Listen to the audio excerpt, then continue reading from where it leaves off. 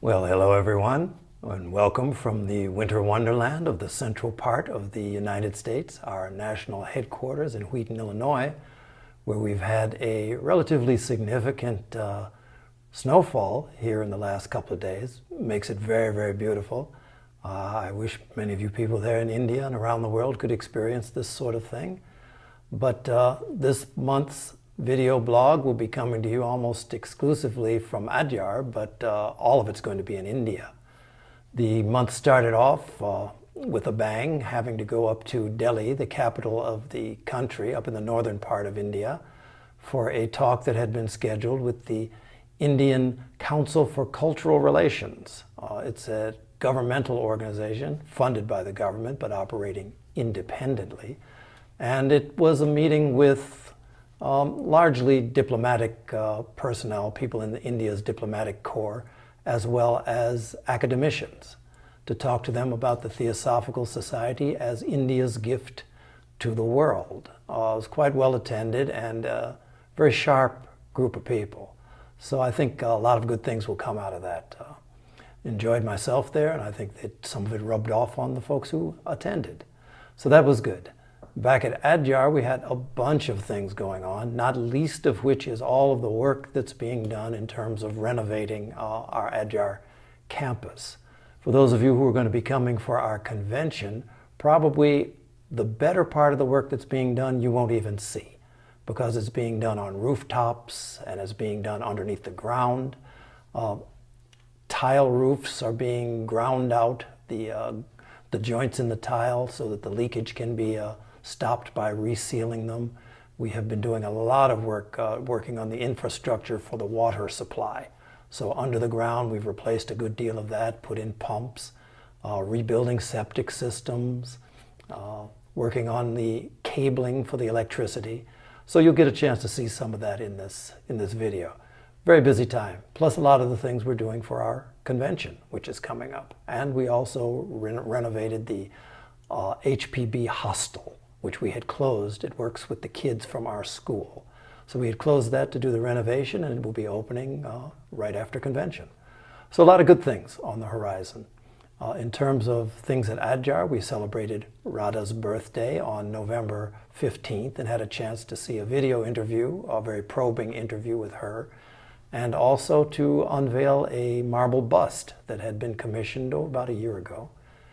Beautiful bust, beautiful representation of Radhaji. So that was all very, very good. Our School of the Wisdom kicked off with two doctors and members of the Theosophical Society, Doctors Bhaskar and Rajni Vyas, a husband and wife team, and they were doing it on the neuroscience of meditation. Really a wonderful program, and they not just talked about the practice, but about the effects of the practice, grounding it in scientific study and scientific realities. So very, very good, well-attended program.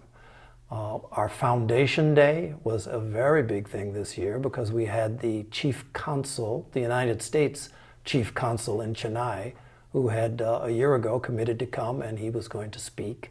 So he had a wonderful presentation about Colonel Olcott and about Indian-American relations currently. So it was something that was both historic and very, very much in the present.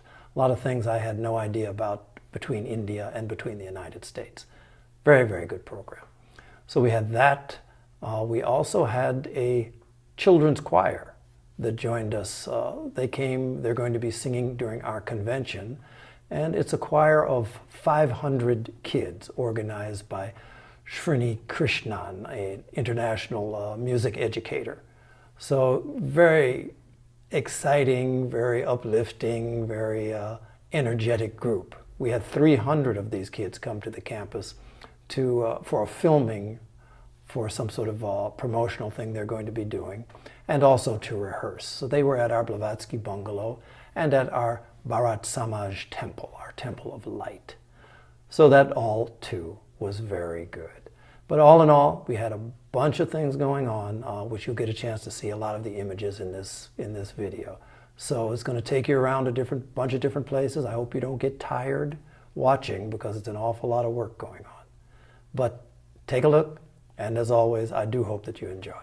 So the better portion of this blog, we're going to be talking about 3 namastes, 3 greetings that took place during the course of the month. The first one took place in Delhi. The next 2 took place at Adyar, one on Foundation Day and one for the School of the Wisdom. Let's start with the first one that took place in Delhi between myself and Professor Lokesh Chandra. We flew up to Delhi for a talk at the India Council for Cultural Relations. It was co-sponsored by them and the Indian International Center. Actually came at the time of the worst air pollution crisis in Delhi's history. You see a little bit of that. It affected my voice later on. But the talk was held at the India International Center, and it was something that was really by invitation, and it turns out that the audience that I was speaking to was a group of diplomats and academicians. It was chaired by Professor Lokesh Chandra, one of the most brilliant people I have had the occasion to meet, author of 600 books, if you can believe it. He's an Indologist and one of the most brilliant people in terms of Indian culture and society. Very well received talk, had to do with the Theosophical Society, India's gift to the world. Coming back to Adyar, we had 300 children who had come to sing. They're going to actually be singing at our convention, and they had come to rehearse and to film. So 300 children and their teachers. Internationally known music educator Srini Krishna put the program together. I express my gratitude and thanks to the President of the Theosophical Society who was so kind to be here today, Mr. Tim Boyd. Tim.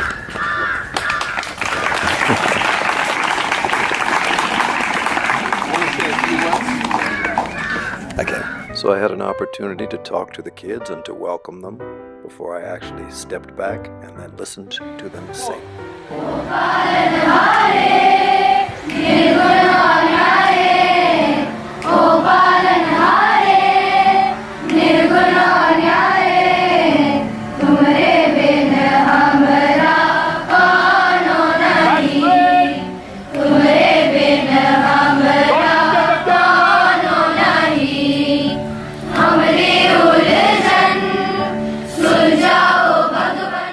So the first location for the filming was at our Temple of Light, our Hindu temple, and a wonderful location for such a place for the singing and for the vibration of the children's voices.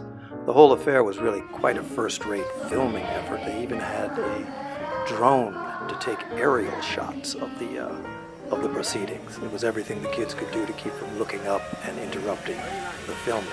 Quite a high-tech operation, first-class operation that they had.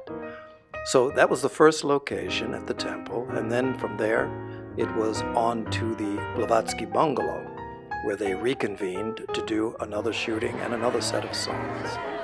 It's quite something to remember how much activity and energy and sound a group of 300 children can bring to our campus. Quite refreshing.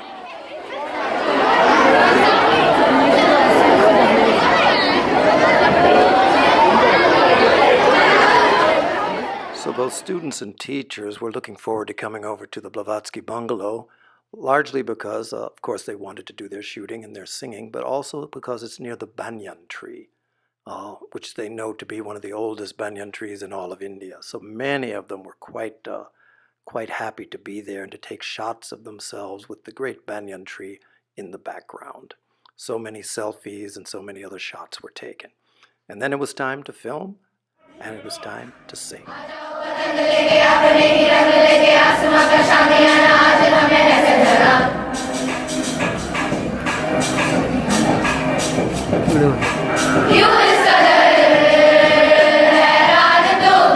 Keep singing.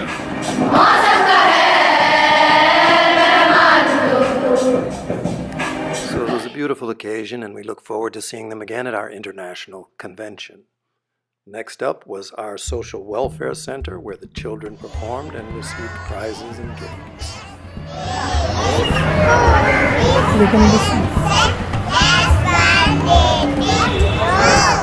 It was a lively afternoon, and the children all dressed up in their different costumes for the occasion. They just love to perform, and they perform quite beautifully. These are just little kids, their mothers who have to work during the course of the day have an opportunity for their children to be cared for at our social welfare center. So it was prizes for the kids, and also there were prizes that were given to some of the parents, oftentimes appreciating special sorts of parenting skills. Rada Bernier's birthday came on November 15th, and we had a special occasion for that, unveiling a bust that was done of her and also having a video that was done previously in an interview. Good to remember, Radhaji.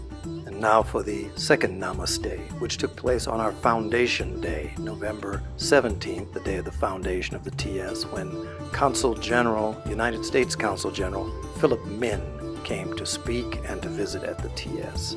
We got a chance to plant a baobab tree together and also to reminisce with a fellow New Yorker. So we talked a little bit about New York and things of that type.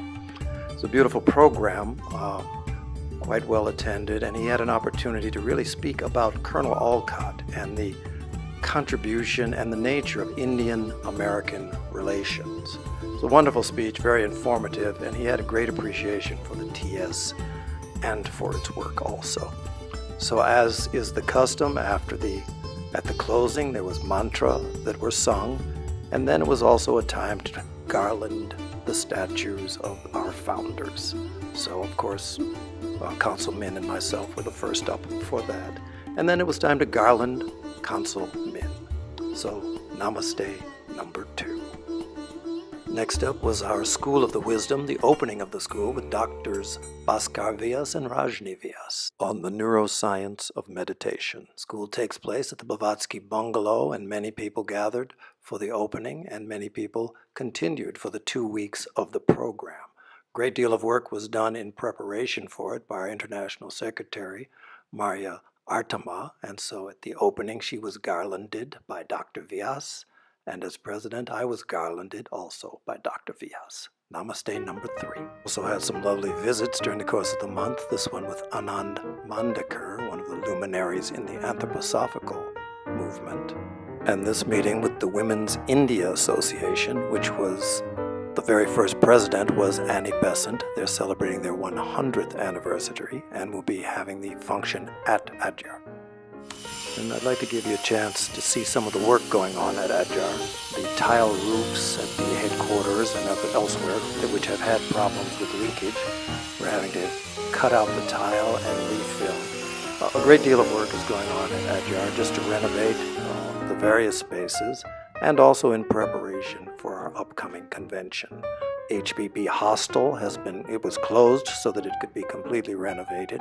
So that's taken place, and it'll be reopening very soon. A couple of months back, we opened the Dayan Clinic, an Ayurvedic clinic in Bhojanshala. Here we're going to be having the Indian kitchen for the convention, where the food will be served, and 500 to 700 people will be eating in this area. So you see the rehab being done. Cables are being laid, new cabling for electricity, plumbing, the pipe system throughout Adyar is being redone. We have all kinds of different renovation work interior, and such things as the chairs for the convention, the chairs for the LBC, and the various sorts of things that are being used. And also beautification. In preparation for our upcoming reception for our 1,000 delegates, garlands are being strung. Bathrooms are being redone. The toilet facilities, the tiles are taken off and being replaced so that they don't leak, and the septic system itself is even being rebuilt. Then it was time to take that long plane ride back to the U.S. and arrived in time for the holiday season. Chance to get the place at our national headquarters in Wheaton at Olcott, get it spiffed up and beautiful for the holidays with all the decorations. My wife Lily did a great deal of that, and we had a chance to have a little bit of holiday sharing together, a little holiday cheer in the lobby. After the Christmas tree is up, we had cookies and hot chocolate, and hot cider, and all the staff gathered and just had a chance to just take it easy and enjoy each other's company and the holiday season together. It's a beautiful opportunity for us, and the food was good, and the camaraderie was even better.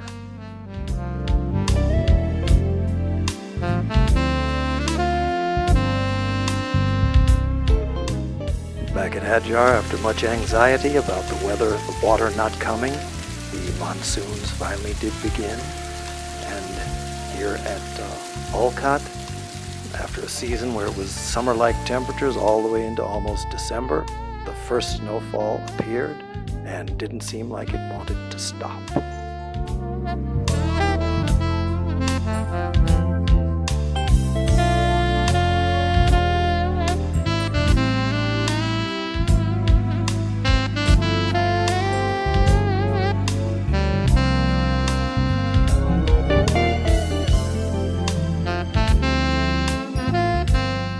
So I leave you with some beautiful images from our little winter wonderland, and with the wish that in this upcoming holiday season, your life may be filled with peace and with blessings, and that together we may grow stronger, kinder, and more compassionate in this work we are trying to do together.